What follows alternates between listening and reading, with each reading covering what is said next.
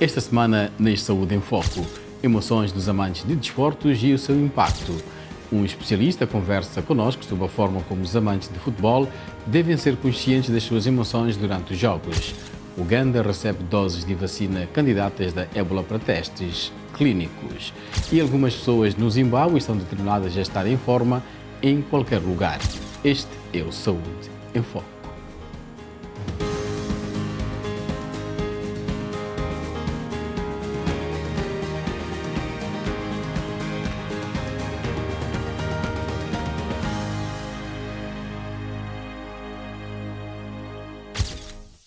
Olá, este é o Saúde em Foco, comigo, Amâncio Miguel. Euforia, estresse, ansiedade, tristeza, os fãs do desporto geralmente vivem estas emoções e tudo mais. A resposta emocional de um adepto num jogo ou a resposta afetiva inclui o sentimento de orgulho e satisfação ao vencer ou o sentimento de decepção ao perder. O futebol tem sido descrito como uma montanha-russa emocional. Especialistas dizem que derrotas de equipas de futebol têm sido associadas a uma alta taxa de tentativas de suicídio e sofrimento psicológico, entre outras coisas. Segundo a pesquisa, os eventos cardiovasculares agudos, como ataques cardíacos e arritmias cardíacas entre pacientes hospitalizados, aumentam devido ao estresse durante os jogos de futebol. Durante o Mundial de Futebol, que terminou recentemente no Catar, os fãs e atletas tiveram momentos de alegria e muitas vezes de tristeza. A Copa afetou a saúde dos apoiantes, tal como reporta Mohamed Dagouno em Bamako. O Mundial do Qatar 2022 foi uma festa sem igual para o continente africano, com a histórica qualificação nas meias finais de Marrocos para as meias finais, a primeira de uma seleção de África. Mahamoud, um marroquino que mora no Mali, não consegue ficar parado. Ele libera o seu stress no recipiente que está nas suas mãos. No apito final, ele admite que esteve à beira de um colapso nervoso. Wallahi, esse stress. Wallahi, eu estava tão estressado. Meu corpo estava tremendo. É incrível, é incrível.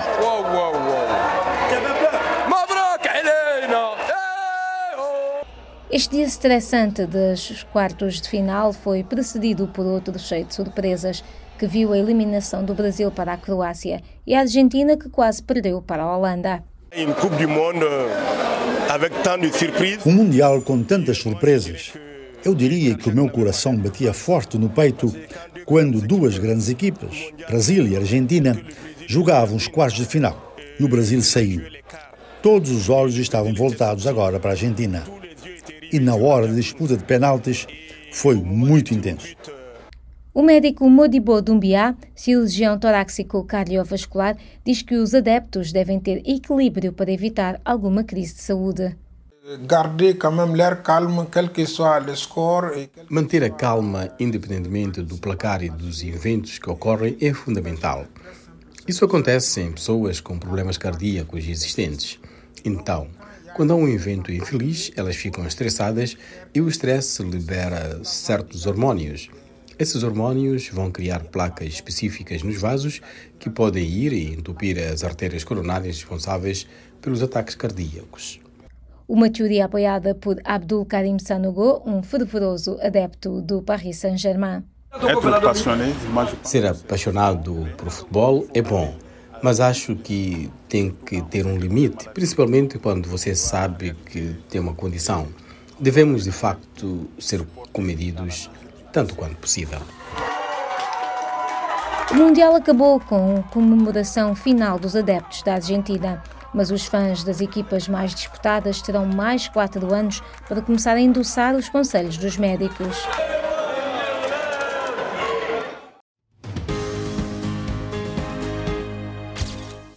O diretor Samuel Obodemino é diretor adjunto de Medicina Desportiva no Ministério Nigeriano da Juventude e Desportos.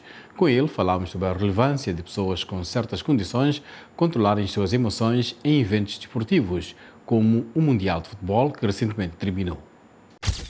Dopamine is a precursor of adrenaline, and mainly they are both produced from the adrenal gland. A dopamina é um precursor da adrenalina e ambos são produzidos a partir das glândulas suprarrenais, que é um pequeno órgão em forma de feijão sobre o rim. Também é produzido ao longo do trato digestivo e no hipotálamo. A dopamina é responsável pela sensação de satisfação, pela sensação de prazer e pela motivação, enquanto a adrenalina é responsável por lutar ou fugir. Quando você tem um alto nível de dopamina no corpo, isso pode ajudar a aumentar a sua capacidade de aprender, o que podemos dizer que é bom, mas também pode causar privação do sono. Pode aumentar o seu líbido, o desejo sexual. Se você está privado do sono, insónia, o seu nível de concentração diminui. E claro, alguém com alta líbido também pode ser uma preocupação.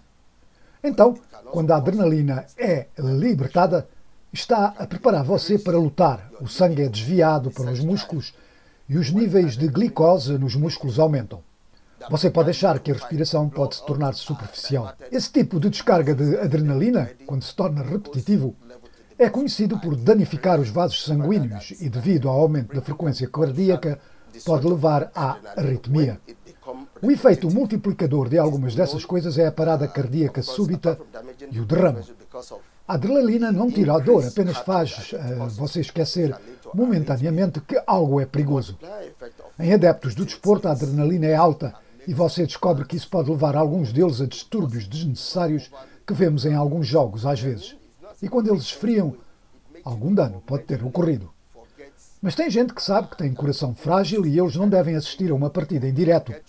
Algumas pessoas já têm um histórico de problemas de saúde, então não é aconselhável ir, porque o tipo de pico de adrenalina, o poder que entra, pode até fazer você hiperventilar. Portanto, dependendo de qual equipa você é adepto, vai descobrir que, devido ao apego a um jogo, o aumento da adrenalina pode levar algumas pessoas a uma parada cardíaca súbita. E é por isso que em alguns estádios eles têm desfibriladores e há pontos de primeiros socorros em alguns desses estádios. Além disso, há coisas que podem acontecer durante uma reunião em massa. Por exemplo, talvez algumas pessoas fiquem com raiva antes da final do jogo e as portas ficam abertas para se evitar uma desbandada e outras ocorrências semelhantes.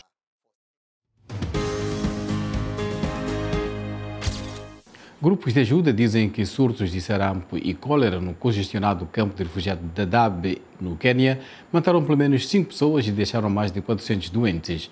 Juma Majanga reporta. A refugiada somali Shamsa Adan está grata pelo seu filho Abdullahi estar vivo, mas a história dela é de sobrevivência e morte. Ela ficou incapacitada após ter sido baleada 9 vezes em 2003 por combatentes do Al-Shabaab, que em maio deste ano mataram o seu marido com uma granada. A seca recorde da Somália levou uma filha de 2 anos a morrer à fome em outubro. Então, ela fugiu para o campo de refugiados de Dadaab, no Quênia. Um surto de cólera e sarampo matou outra filha de 4 anos de idade em novembro. E a cólera também adoeceu Abdullahi, que ainda se recupera. Isso me faz ter flashbacks dolorosos. Sinto-me mal por meu marido ter sido morto. Sinto-me mal com a morte dos meus filhos. Eu não consigo falar sobre eles. Adan é um dos mais de 80 mil somalis, segundo a ONU, que fugiram para o superlotado campo de Dadaab, no Quênia, desde outubro, para escapar à seca, mas enfrentam outras doenças. Na vizinha Agadera, apenas o Centro de Saúde do Comitê Internacional de Resgate tratou cerca de 300 casos de cólera desde o surto de outubro. Mas por causa das poucas chuvas que experimentámos recentemente, agravando o surto atual, os casos podem realmente aumentar. A maioria dos pacientes é integrada por crianças, como o filho de 3 anos da refugiada somali Adar Abdikadir. Achei que meu filho fosse morrer, mas graças a Deus ele está vivo. Ele recebeu medicamentos para ajudá-lo a se recuperar. Enquanto a Voz da América filmava no centro de saúde, outro paciente, um polícia de meia-idade, vinculado a uma agência de ajuda humanitária, morreu de uma doença transmitida pela água. Para agravar a cólera, há um surto no campo de sarampo, um vírus infantil transmitido por espirros e tosse.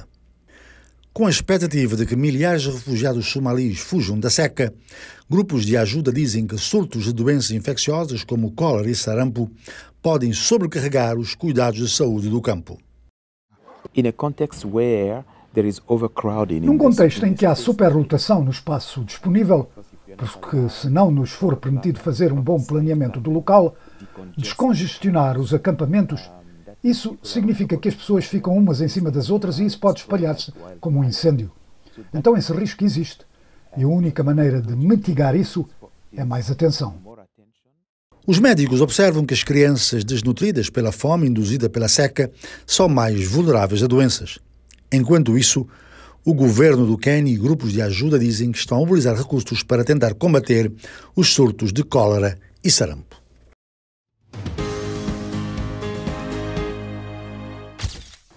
Uganda recebeu uma remessa de vacinas candidatas contra a ébola para serem usadas no ensaio clínico. Um surto da doença viral infectou 142 pessoas e matou pelo menos 56, segundo dados oficiais. Uganda deu alta ao último paciente com ébola do hospital, aumentando as esperanças do fim do surto de febre hemorrágica mortal declarada a 20 de setembro. Atualmente, não há vacinas licenciadas para a estirpe sudanesa do vírus que causou infecções no Uganda. As vacinas existentes combatem a estirpe Zaire, que é a mais comum na vizinha República Democrática do Congo.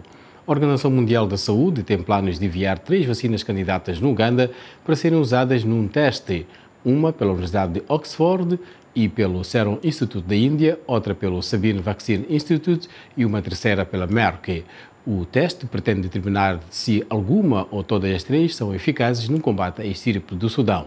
As 1.200 doses recebidas pelo Uganda são do Sabin Vaccine Institute. Uma tendência de exercícios físicos no Zimbábue está em conflito com a falta de instalações nos municípios, levando alguns a fazer ginástica em lugares como cemitérios. David Doyle reporta. Primeiras horas da manhã, em um cemitério em Harare, e o silêncio é quebrado por uma aula de ginástica. Confinados durante a pandemia, muitos zimbabueanos tornaram-se mais conscientes sobre a saúde. Nas cidades como esta, Warren Park, tem poucos ginásios e os moradores foram forçados a improvisar. O treinador Tichawana Macheka diz que o cemitério lhes dá espaço para os exercícios.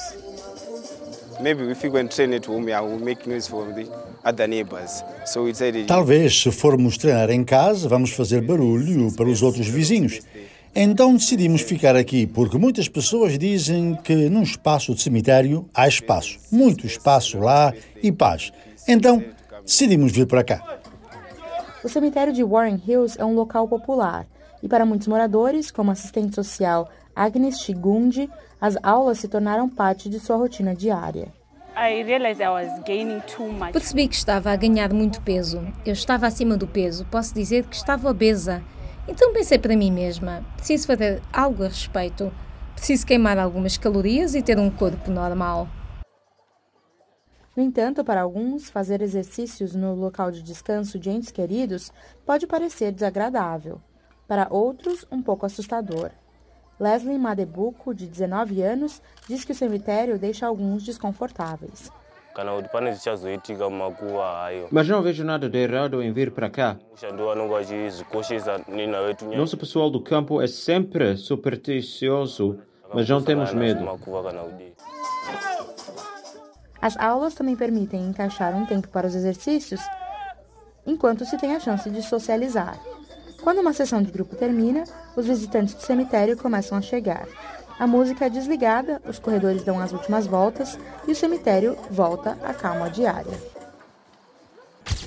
E assim aconteceu o nosso Saúde em Foco, com a produção de Bárbara Freira Santos e a apresentação de Amâncio Miguel. Até para a semana, saúde é o mais precioso que temos.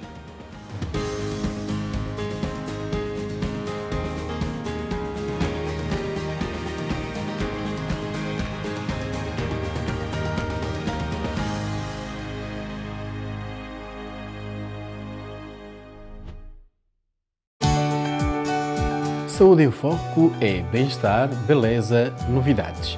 Saúde em Foco aborda temas gerais e particulares de África. Faz a ponte com especialistas que abordam temas pertinentes. Saúde em Foco, todas as semanas, aqui na Voz da América.